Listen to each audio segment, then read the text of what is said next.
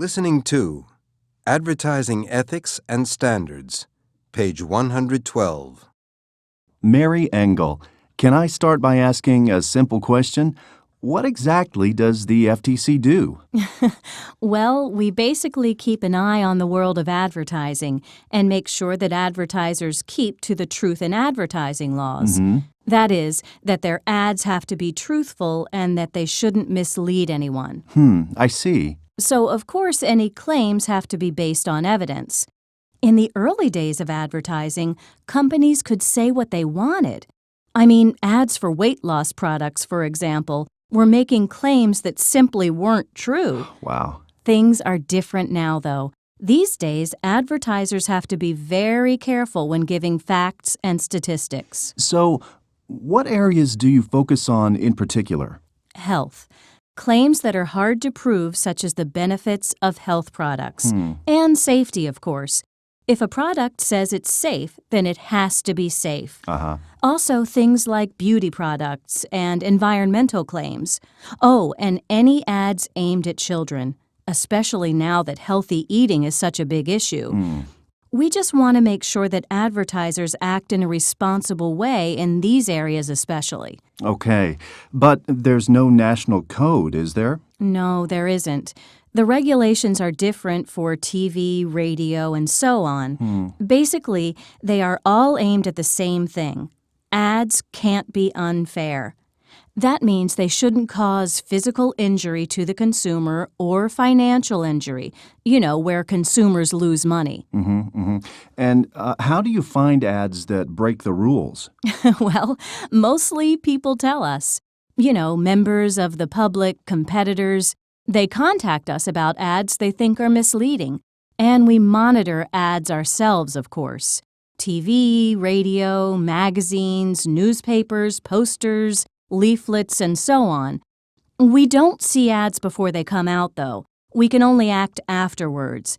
And we just deal with national advertising, so any local matters we refer to the state. Right. Are there any famous cases where advertisers broke the rules? Plenty.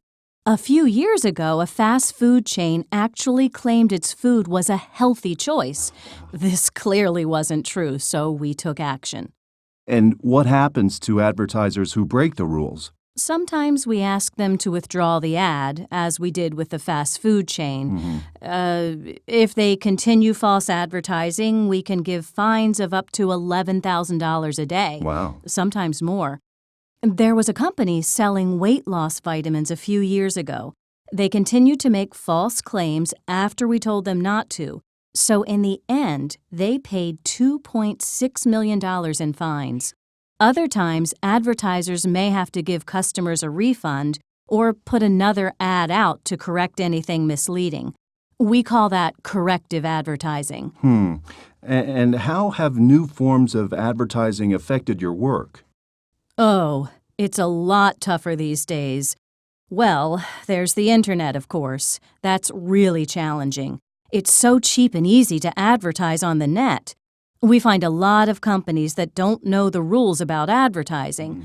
We're also getting ads in video games now, although that's mainly product placement rather than advertisers making claims. What's product placement? That's when a product appears in a movie, game, or TV program. Oh. A billboard in the background, or where the star wears a watch or drives a car, and it's deliberately very visible. It's very common here in the States. I've also heard of something called sub-viral marketing that's becoming popular. Oh, yes.